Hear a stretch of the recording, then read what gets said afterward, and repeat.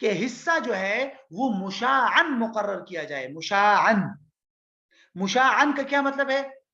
مشاعن کا مطلب یہ ہے فیصدی طور پہ رکھے آپ، فیصدی طور پہ پیداوار آپ رکھیں گے کہ بھائی 50% آپ کا 50% میرا. اس طرح فکس کر کے نہیں رکھ سکتے آپ کہ بھائی جو پیداوار ہوگی اس میں سے 50 کلو آپ کا باقی میرا، یا 50 کلو میرا باقی آپ کا. نو، ایسے جائز نہیں ہے.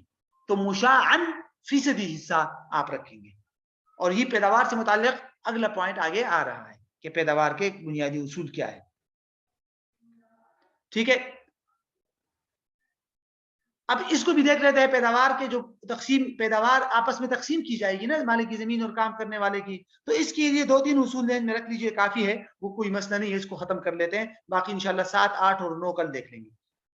پیداوار سے متعلق پہلا اصول تو وہی ہے جو ابھی میں نے آپ کو بتا دیا کہ پیداوار جو تقسیم کریں گے تو فیصدی طور پہ اور مشاعن تقسیم کریں گے. نصف نصف، 50%، 50%، 70%، 30%، اس طرح کر کے، تاکہ اگر 1 کلو گندم بھی نکل آئے، 1 کلو پیداوار بھی نکل آئے تو وہ بھی دونوں میں شریک ہو، تاکہ قطعی شرکت لازم نہ آئے نا. اگر فکس کر کے دیں گے آپ کہ بھئی 50 کلو آپ کا باقی میرا، اگر صرف 50 کلو نکلا تو پھر تو پیداوار میں شرکت ہی نہیں ہوئی، اور پیداوار میں شرکت تو سب سے بنیادی چیز ہے.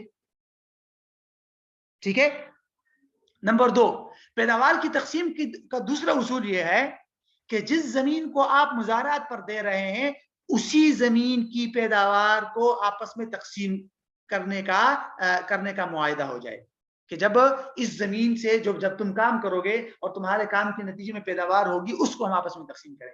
ایسا نہ ہو کہ آپ یوں کہے کہ میں آپ کو زمین دے رہا ہوں، تم اس زمین میں کام کرو بطور مزارعات، اس کی ساری پیداوار تو میری ہوگی، البتہ تمہیں جو کام کر رہے ہو اس کے بدلے میں وہ جو میری فلاں زمین ہے جو کوئی اور کر رہا ہے اس سے جو پیداوار حاصل ہوگی اس میں سے کچھ حصہ میں تمہیں دے دوں گا. نہیں، ایسا جائز نہیں. جس زمین کو آپ جس آدمی کے ساتھ مزارعات کا عقد کر رہے ہیں اسی زمین کی پیداوار کو تقسیم کرنے کا معاہدہ ہو جائے. ٹھیک ہے. اسی طرح تیسرا بنیادی اصول، اچھا وہ جو پہلے اصول میں نے بتایا تھا کہ مشاعن اور مشترک کو فکس کر کے نہیں بتا سکتے، اسی میں یہ بھی داخل ہے. اچھا کہ زمین کو فکس کر کے اس میں سے کہنا کہ اس زمین والے حصے کا پیداوار میری ہوگی باقی آپ کی، وہ بھی جائز نہیں ہے. مثلا مالک کی زمین کہے کہ یہ جو نہر کے کنارے کنارے زمین ہے اس کی پیداوار میری ہوگی باقی زمین کی پیداوار تمہاری، وہ بھی جائز نہیں ہے. ٹھیک ہے. باقاعدہ بس مشاعن کہ جتنی بھی زمین ہے سب کا مشترک طور. بہرحال تیسرا اور آخری اصول، اصل فصل سے متعلق تو وہی اصول تھا کہ مشترکہ طور پر پرسنٹیج کے حساب سے پیداوار کی تقسیم رکھا جائے. لیکن جہاں تک بھوسا وغیرہ ہے، ٹھیک ہے، جہاں تک بھوسا وغیرہ ہے تو وہ چونکہ اصل پیداوار اور مزارعات کا بنیادی اصل چیز وہ نہیں ہوتی، اس میں کوئی بھی طریقہ اختیار کیا جا سکتا ہے کہ بھئی بھوسا سارا آپ کا ہوگا یا بھوسا وغیرہ سارا میرا ہوگا. ہوتا ہے نا، یا وہ جو مکئی کے ڈنڈے وغیرہ ہوتے ہیں نا، جو مکئی کے اندر جو اضافی چیزیں ہوتی ہے، اصل پیداوار نہیں، دانے نہیں، وہ جو دیگر چیزیں ہوتی ہے، اس کے بارے میں یہ کہنا کہ وہ سارا میرا ہوگا یا وہ سارا آپ کا ہوگا، وہ اگر رکھے اس میں کوئی بات نہیں. لیکن جو اصل پیداوار ہے، جو مطلب دانے وغیرہ جو اصل چیز ہے، وہ جو ہے وہ اس میں پرسنٹیج کے حساب سے رکھنا ضروری ہے. ٹھیک ہے. تو یہ بنیادی طور پر پیداوار کی تقسیم کے اصول تھے. آگے انشاءاللہ یہ پوائنٹ آئے گئے. مزارعات کی صورتیں یہ بھی اہم ہے، پھر مزارعات فاسدہ کا حکم، یہ کچھ تفصیلی بھی ہے تھوڑا سا، اور پھر مزارعات کے کچھ جدید مسائل. ان 3 کو انشاءاللہ کل کی کلاس میں دیکھیں.